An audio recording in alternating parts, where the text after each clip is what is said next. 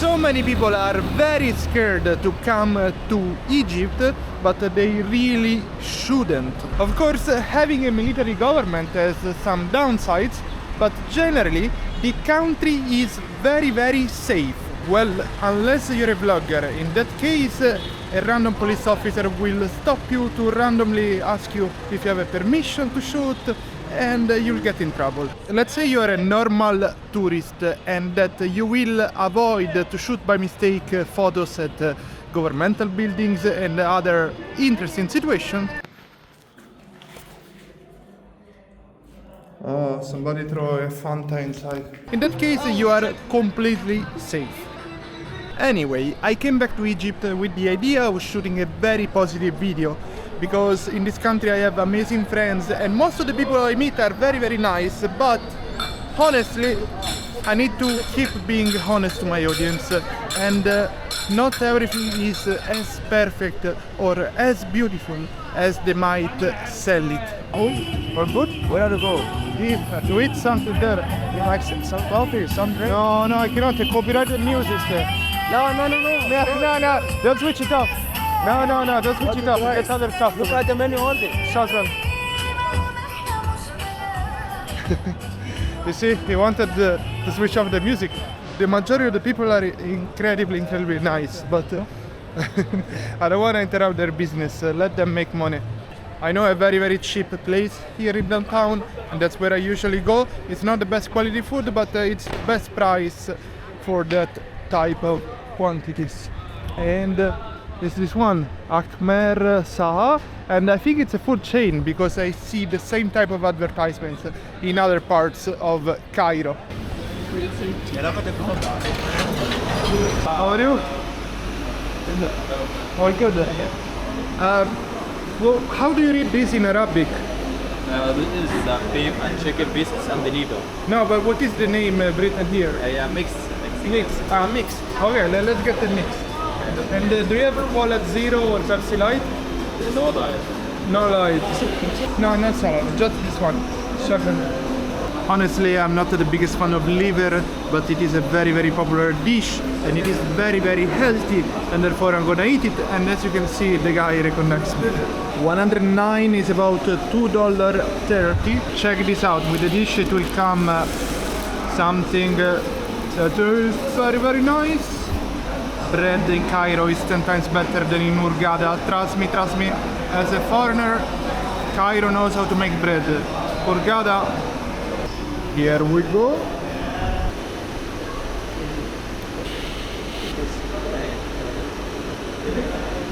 Making a sandwich is how I hide the taste of the liver.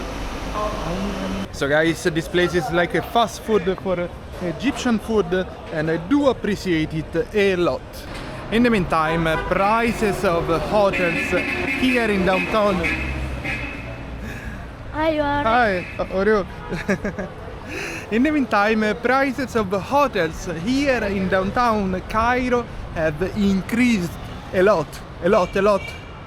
But the quality instead is getting closer to India than to Europe. Like in India, when you book a hotel, you see the photos and you shouldn't believe them.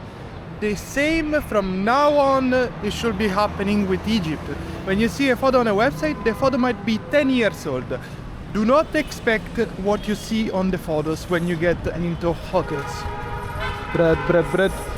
Cairo makes the best bread in Egypt, trust me. Hi. They said fuck you, but maybe that's the only two words they know in English. Okay. Not far in that direction, there is a hotel that sold me a room with a private toilet. Now, by private toilet, I think everyone would expect a private toilet connected to your room. Instead, in that place, it was across the corridor. Imagine you're naked in the middle of the night, you need to put a towel around yourself and cross a smelly corridor full of people smoking cigarettes. Well, it was a disaster. And when I got inside that toilet, it was completely dirty on the floor too. I have photo proof, and they told me, you know, your toilet is more special. If it's next to the room, it's smelly, but instead if it is in a separated room or in a room that is far from your room, in that case, you shouldn't have a problem with the smell. And I was like, I just wanted a private toilet in my private room. I didn't need anything special, thank you. And by the way, the water wasn't flushing, but that was the least of my problems. The main one was that I had a girl inside my room, and a foreign one, because it is illegal to bring Egyptian girls in your room unless you're married with them. Anyway, and she felt very, very uncomfortable crossing the corridor. And it is impossible to sleep at night in any hotels in downtown. Doesn't matter if you pay 15, 20, 35, $60 a night, they will still have some kind of broken windows that they will not isolate any type of sound. It is a complete disaster. You cannot sleep because of the traffic, and you cannot sleep because you hear people shouting in the reception. Doors and windows in downtown, they do not work. But probably if you go in a fancy hotel, they are sealed very well, but I mean, $60 and the room is not sealed, you can hear everything outside, it's absolutely crazy. People survive for 1 week, entire families survive for 1 week here with $60. Fortunately, the prices for food didn't increase that much, and therefore you can still enjoy it. And I strongly suggest Egypt to start doing Egyptian food tour. I think there are lots of tourists interested in this topic, and I think that potentially is a massive market and that the majority of the country is missing out on it. Careful when you cross the roads at night. Egypt gets about 11 million tourists per year, and I think this is a massive problem. The real number Egypt should be getting should be at least within 30 and 50 million. What a nice area. Egypt does favor only two types of tourism. The very, very rich, high standard, very, very expensive lifestyle, or the one inside the resorts. Hello, shukran. They completely miss out on the majority of the tourists that they want to be independent and explore by themselves. Azika, Islam Azika. This is sword, Jaguar. Jaguar. Please on me. Shukran. I cannot. Thank you. Where is from? Italy. Okay, want to come here? One day, come. As soon as he saw the camera, I was like, turn it on. Anyway, he got some advertisement. Friendly people get free advertisements, and that's a pretty hidden road. I don't know if that type of music is copyrighted, so let's get away. And if you want a nice bag, here is a nice bag. Nice name for a shop. Shukran. Hi, how are you? What you want? Come. No. So the massive problem is that they are missing out on normal tourists, family groups and so on and so on. All the people that they don't simply go to the resort, they want to rent a place and then they want to go to the beach sometimes, they want to go to downtown another day, they want to see Egypt under different aspects. But because they target only the 5-star tourism and the resorts tourism, it's a massive problem. You know what they did? The entire country sold out or rented their entire coastline. It is impossible to go for free at any beach in Egypt. Everywhere you need to pay for the access, and it feels like extremely terrible, especially if you rent an apartment that it is like 100 meters away from the beach. You suddenly find out that you have no access to the beach and that you have to pay $2-3 just to access the beach each time you go to that beach. It is a disaster, and the crazy part, you guys, Egyptian guys, you own the coastline as much as the government. It is your country. You should be able to walk on the coast. It is allowed in every single country to walk on the coastline apart from Egypt. Here, if you live in Hurghada, if you live in Alexandria, you live on the sea, you live on the coastline, and you are never able to see the water. This is a disaster for both tourists and locals. Can you do orange and apple? Okay. No sugar. Okay. Sugar.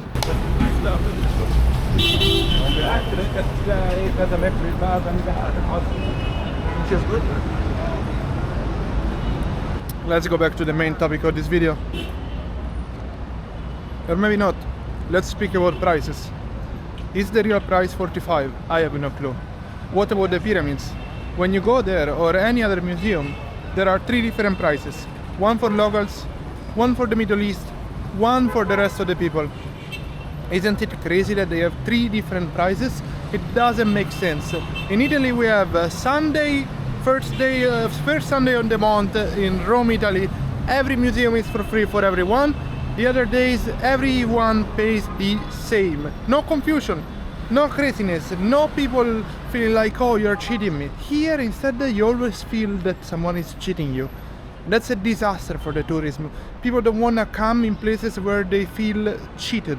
By the way, hidden inside this place, this Greek club, you have to pay like 10 or 20 pounds for entrance. They have such a nice restaurant, you feel like you're in another planet. You don't feel in Egypt. And it was recommended to me by many Egyptian friends. Super suggested, but maybe now I'm spoiling it with the video. Go check it out. This Memphis Bazaar has honest prices. It's on a hidden road. Hello. How are you? I'm fine. Nice to meet you again. I need to buy something more, like I told you. Shagran. 8 metal fridge stickers for $3.60. Absolutely unbelievable. That gentleman in the shop, very nice person, very good person. I suggest you to go shopping here, near Talat Harb. So why tourists keep avoiding Egypt? I would say that the main problem are the scammers at the pyramids. These scammers, they do give a bad reputation to the country. And it is a problem that could be... Oh, that's really cool. The scammer is a problem that could be solved immediately. Just like that. Probably the government doesn't care, or probably the government makes some money from it. I don't know. But the thing is, it could be solved, and there are multiple ways to solve it. And I fear that the only way they will solve it here is how they solve the problem of poverty in Egypt. If a police officer sees me shooting a video at a food stall that looks too poor, they will tell me, no, you cannot shoot videos there. And they might be doing the same thing at the pyramids. No, you cannot shoot videos there. But the truth is the truth, and the truth always comes out. But look how beautiful is the Nile. And if the country solves this reputation problem, Egypt will pass from 11 million to 30 million tourists so immediately, so quickly. Egypt is on a perfect road to Europe. You could fly from Asia to Egypt, a direct flight from China, and then from Egypt to Europe. It's a perfect location to have all the flights boarding. Why Dubai is making all this money? Why Qatar is making all this money? Because they are in the middle between 2 continents. Egypt could be doing the same thing, but the fact is, whoever is ruling the tourism doesn't understand tourism. Whoever is ruling this country regarding tourism has no clue how tourists behave. Maybe he wasn't a tourist himself, or he was just a upper class tourist. Egypt is completely missing out on millions of tourists. But Egypt, this is a problem you can fix. I believe in you. And by the way, at the pyramids there are official and unofficial scammers. The unofficial one, they wear the card saying that they work for the Egyptian department, blah blah blah, and they ask you, oh, can I check your ticket? And after they check your ticket, they will be like, oh, you need to buy this, you need to go on the camel, I need to sell you this. They will try to sell you anything. And the official scammers are the scammers you already saw in one of my videos, that type of scammer. Anyway, Egypt, I believe in you. Fix this situation, make some money, and build this country. If we had only 2 million tourists that spend on average $500, is $1 billion extra for this country. And you can rebuild everything, clean it up, fix multiple situations with $1 billion. Well, subscribe and support the channel on Patreon. The first week is for free.